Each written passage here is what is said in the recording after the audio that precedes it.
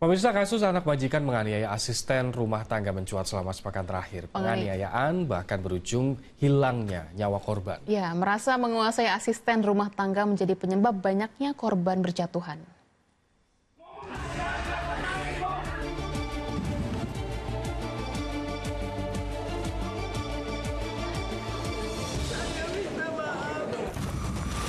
Perempuan muda ini dipapah kerabatnya menjalani visum di RSUD Tarakan, Jakarta setelah membuat laporan ke kantor polisi.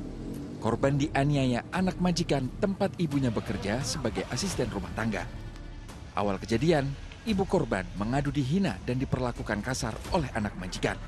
Korban lalu mendatangi pelaku di Pasar Grogol, Jakarta Barat untuk minta penjelasan. Namun anak majikan justru naik pitam dan menyerang menggunakan senjata tajam. Dari pihak yang majikan itu nyuruh visum aja.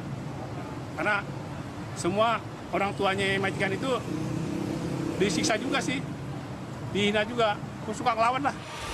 Motif pelaku melontarkan hinaan pada ibu korban belum diketahui, sementara pelaku telah diamankan ke Mapolsek Grogol Petamburan untuk diperiksa. Kasus penganiayaan dilakukan anak majikan juga terjadi di Kota Bogor, Jawa Barat, hingga ramai diperbincangkan di media sosial. Jumat 17 Januari, satpam bernama Septian tewas di rumah majikannya di kawasan Jalan Lawang Gintung, Bogor, Jawa Barat dengan sejumlah luka tusukan senjata tajam.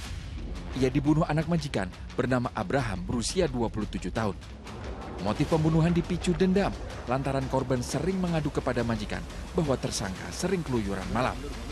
Dikarenakan sakit hati karena korban ini sering melaporkan tersangka yang sering pulang malam kepada orang tuanya. Atas perbuatannya tersangka dijerat pasal pembunuhan berencana dengan ancaman hukuman penjara seumur hidup.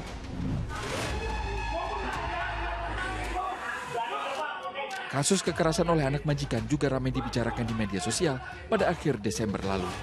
Pegawai toko roti di Penggilingan Cakung, Jakarta Timur dianiaya oleh anak majikan pemilik toko.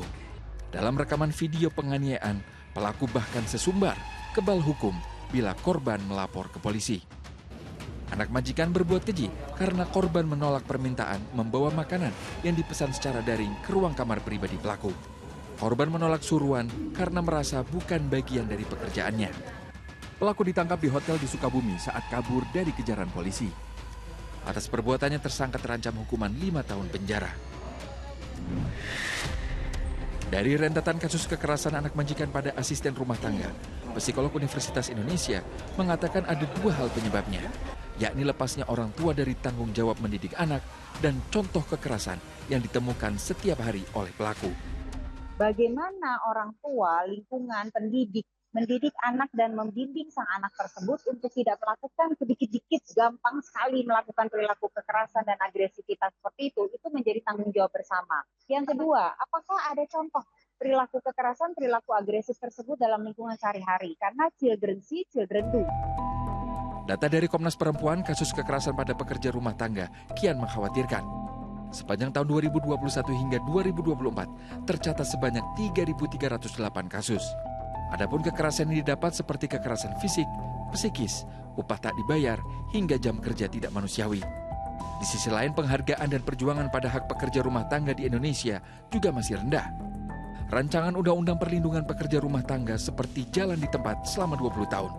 Padahal diyakini dapat mencegah segala bentuk diskriminasi, eksploitasi, kekerasan, dan pelecehan pada ART. Agar kekerasan pada pekerja rumah tangga tak terulang kembali, perlu diketahui kedua belah pihak, yakni majikan dan asisten, harus menjalani hak dan kewajibannya masing-masing. Ada pula batasan dan apresiasi yang harus dibangun antara majikan dan asisten rumah tangga. Tim Liputan melaporkan.